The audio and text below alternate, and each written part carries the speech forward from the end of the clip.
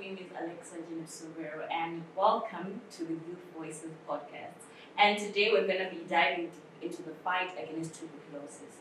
And we're going to be bringing you powerful stories and insights from the young advocates that are making a difference. So today I've got three wonderful guests whom I will allow to introduce themselves. Hi everyone, my name is Elliot from Management TV Champion. Hello everybody, my name is Ricardo. I'm from the Stop TB Partnership Global in Geneva, in Switzerland.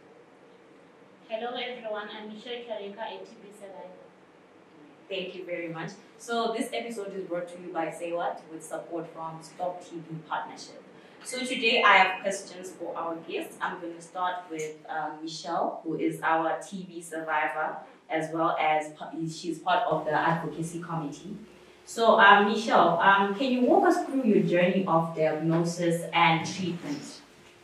Yes, I can, but when I am expressing my journey and how I survived TB, I would like to express it in Shona. So I want Elliot to interpret for me. Alright, so I still remember running TB in 2018, and by Mazrewa, I was still in high school. It wasn't easy, to be honest. She even the puberty and she thought you should find a mama pizza for 6 months and without a day skipping. When I was screened for TB, as number or TB. So then the doctors you should get screened for TB. In at that time with TB plus even I wasn't bold enough at my own. So that's when I diagnosed for TB and I took them to be positive. To be very honest, it wasn't easy. You know, it's a TB, but not change even the urine color. The two I told even can have been a toilet, everyone will be saying, that time ndakaita the self stigma yekuti ndega ndaifira kunge ndakasiyana nevamwe vanhu kunge everyone is seeing kuti this girl ari kurwara, but through my mom's support vakaramba vachimcomforta kusvika ndazogona kuve bold enough zvekuti ndanda munhu kuzviudza kuti even vanhu vakataura I don't care, I just want to live my life as it is, because people are dying out there. I didn't want to die at that time. Ndaitori mwana mudiki like izvezvi ndatoti kurei than TB. And the challenges that I faced, I still remember mazuva ndaenda kuchipatara kunotora mapills eTB. Kwanga kusina medication, zvino ndaenda every day ndichinopiwa pills ndichimwireko ndodzokera futi mangwana ndichimwa ndodzokera. Apa ndaida kuenda futi kuchikoro. It wasn't easy kufamba every day uchienda kuclinic, wobva kuclinic wodzoka wogeza woenda kuchikoro, mangwana futi wodzokera the same routine. But ndakakwanisa kukunda ndikamwa mapills angu 6 months kusvika ndapedza treatment yangu, and here I am today. I survived and I'm trying my best kubatsira those who are TB patients. And I still remember I have this guy wekuchichumbisa wandakambobatsira munhu aikangorwara zvekuti even iye akasingazoti akurwara nei. And then with my support ndakaenda naye kuchipatara akatoscreenwa for TB akatorarama. He's now a survivor. So you did well, wakandibatsira. So with all zvandataura zvese zvanga zvisina kureruka, but I tried my very best kuti ndive pandiri panapa nhasi. Thank you. Yeah, I really have to have an elephantic memory to remember everything. But I'll just summarize what she was saying. I'm sure you were able to pick one or two things from how she was explaining. But she said it was in 2018 where she realized, or where she got diagnosed for TB. The doctor then told her to get screened for TB. So she did so, and then I think she went on to explain some of the challenges that she had. She was young, she was still in school, and then she also acknowledges the fact that each time you should take the pill, I think it has got something that it does to you. So the urine will change color, and then even at school people could tell like someone was here and someone is sick, which led her to have self-stigma. But then she continued and she got the support from her mom, and then some of the things that she talked about was the challenges that back then she had to go to the clinic almost on daily basis to get the pill and then back, prepare for school, and then go to school, come back tomorrow, the same routine for about 6 months. So, but throughout the journey, she has survived, and she actually developed the courage to help someone, and then she referenced to someone in Shtumbiza who didn't even know that she is TB positive. But she talked to this person, and the person also got diagnosed and got the pills and everything, and now the guy is also a survivor. Yeah. Okay. Thank you so much. Now on to our TB champion, Elliot. What innovative approaches are young people using to fight TB, and how do you then engage the youth in TB awareness?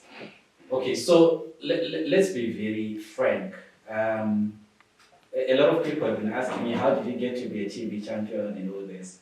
And maybe first of all, it's naturally I'm one person who doesn't want not to know things. I really love the idea of having an opinion or an understanding of a certain topic. So we might be in a group, and then if a topic pops up, I might be quiet for that moment, but rest assured, that same night I'll go home, read and study and know what's happening. So the issue of TB just came through. We're peer educators, and then they're like, people would want you to train for TB, and I was the first person to say, no, I'm gonna get the. And when I got the whole process, it was just an eye opener. I didn't really know the realities of TB, and it was shocking for me even to know that TB gets to, even kids have TB, even young people have TB. I was one of the people that thought TB is for the old and all that and all that. So because this information kept on coming, and I was being challenged to say, okay, fine, how then do we reduce the numbers? We're talking of 200 death rate, 100,000 people in Zimbabwe. How then do we get to reduce those numbers as a TB champion? And then when we had dialogues with students, and I realized it's a lot of students who don't even know a lot about TB. So firstly, we need to acknowledge that TB is not an interesting topic to talk about, especially with young people. I remember our first task that we were given as TB champions was to have 3 dialogues of 15 people each. And remember, I'm coming from a background where I'm a peer educator, and peer educators are usually the loudest at any university because we talk about, we talk about safe sex, we talk about mental health, we talk about all this. So we are usually vocal. So each time there is like a program, and they say what we were talking about, say HR issues, the lecture theater will be full. People will be like in there wanting to give their opinion, wanting to have more information about what's happening. But trust me, it was a hassle to just get 15 people to talk about TB. It was a big deal. So I remember our first conversation that we had, it was with the people that usually we know always just attend events. I think every university has those ones that when they're free, they just come along. So I think the first dialogues was those people that they usually just part of something.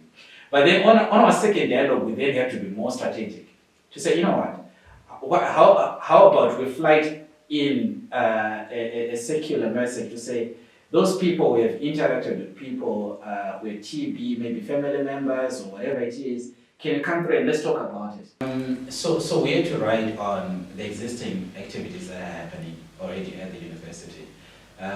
So that included the conversations that we're having. Mm-hmm. I remember we once had a crazy conversation around SRHR. In the first one, I think we're just basically talking about as a guy, how would you react if you see your girlfriend carrying condoms? So that was like the question, the main question, and everyone really wanted to be part of that conversation.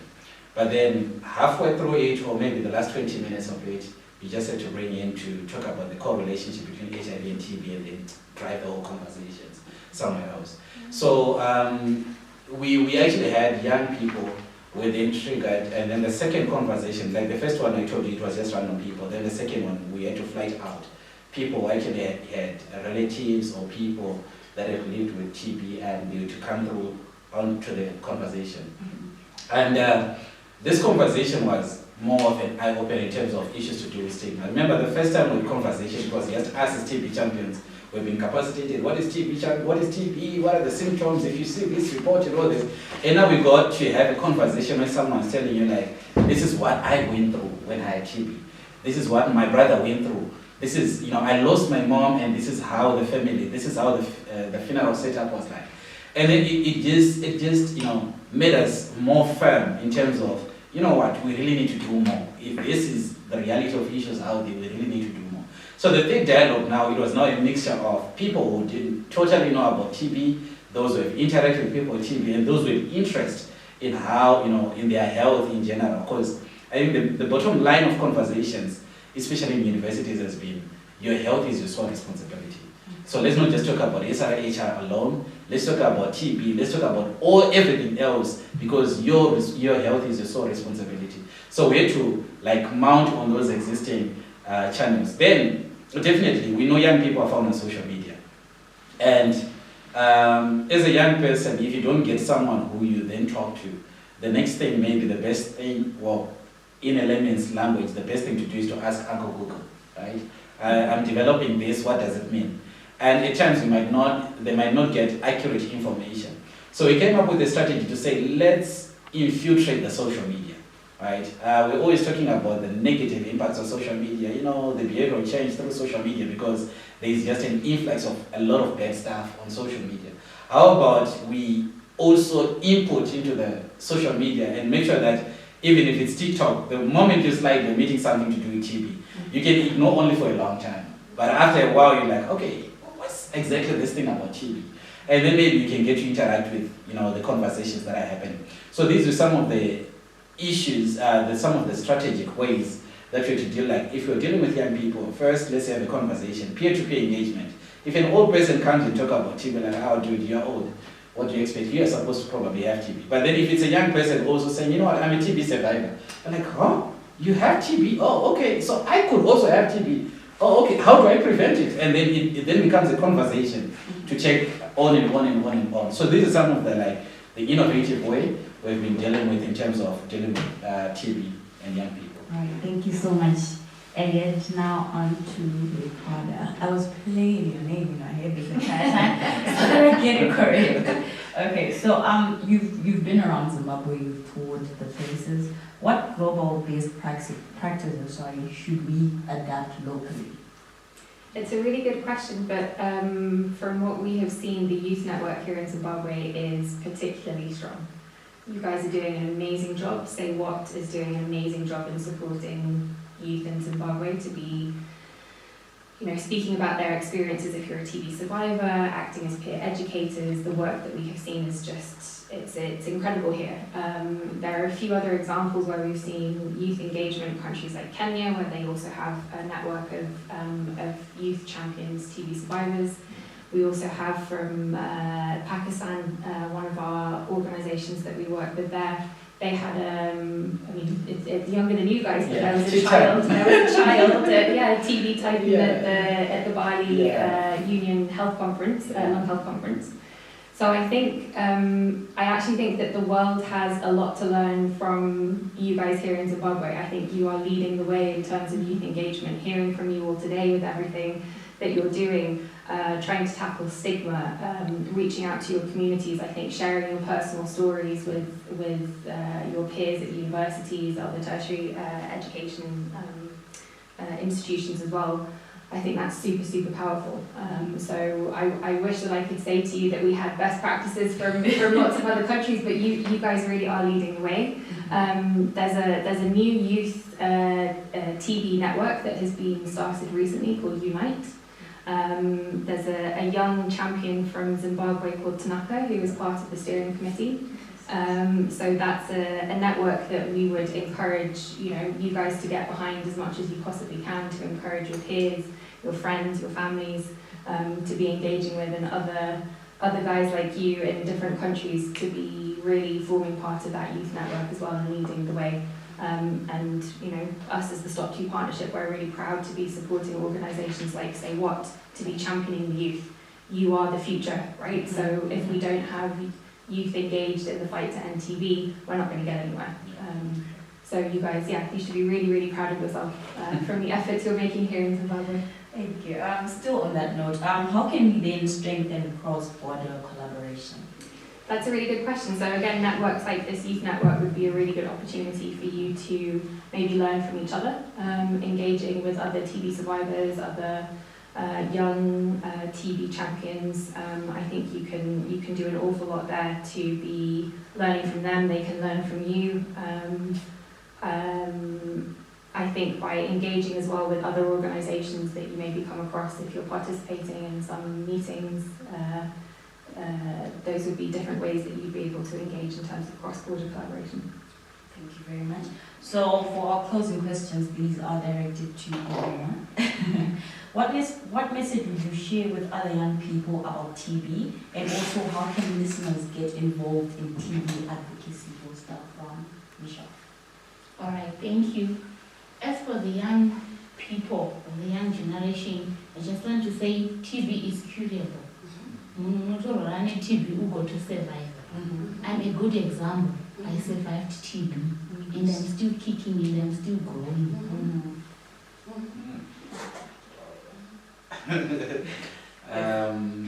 I think my parting words for this episode to anyone listening to it is: don't assume, don't delay, and don't give up. I think that's what I can say. There's a lot that you need to know about TB. The numbers are shocking, especially with young people. There's a lot that you need to do. Each time that I go to bed, I'm challenged after having these conversations to say how many people could I reach if I could, in all my power, to just empower and give knowledge and information about TB. So there's a lot that we need to do as young people. And be part of it. And I've also realized that in working with peers as a young person, I've seen the power that young people have, especially on conveying message to other young people. And I've noticed that if a young person is given enough information and resources, the impact that they can cause, it's something else. It's a multiplier effect. So just be part of it. The goal is to end TB by 2035, and we can achieve that goal, definitely.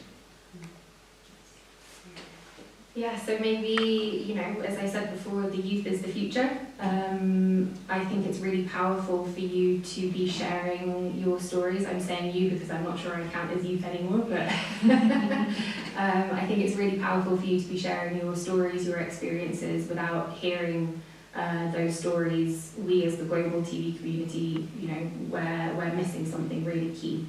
I think your engagement, youth engagement in things like community-led monitoring, the One Impact platform, for example, which is now being used widely to support community-led monitoring, is really important. It's a platform you can use, through phones, and I think that is also engaging for young people to be using something like that. Also having youth engagement in some of the higher level dialogues that happen, decision making, governments. I mean, we've been talking about this today. Your voices are really important, and I liked what one of your peers said. We don't wait to be asked. We just say what we want to say what we have to say. We take the space that we deserve, have our voices heard. And I think that's a really, really important thing to keep doing. And as I said, without the engagement of youth, we absolutely will not end TB by 2030 or beyond. So. Thank you very much. So yes, to the youth, we are the change that we are waiting for.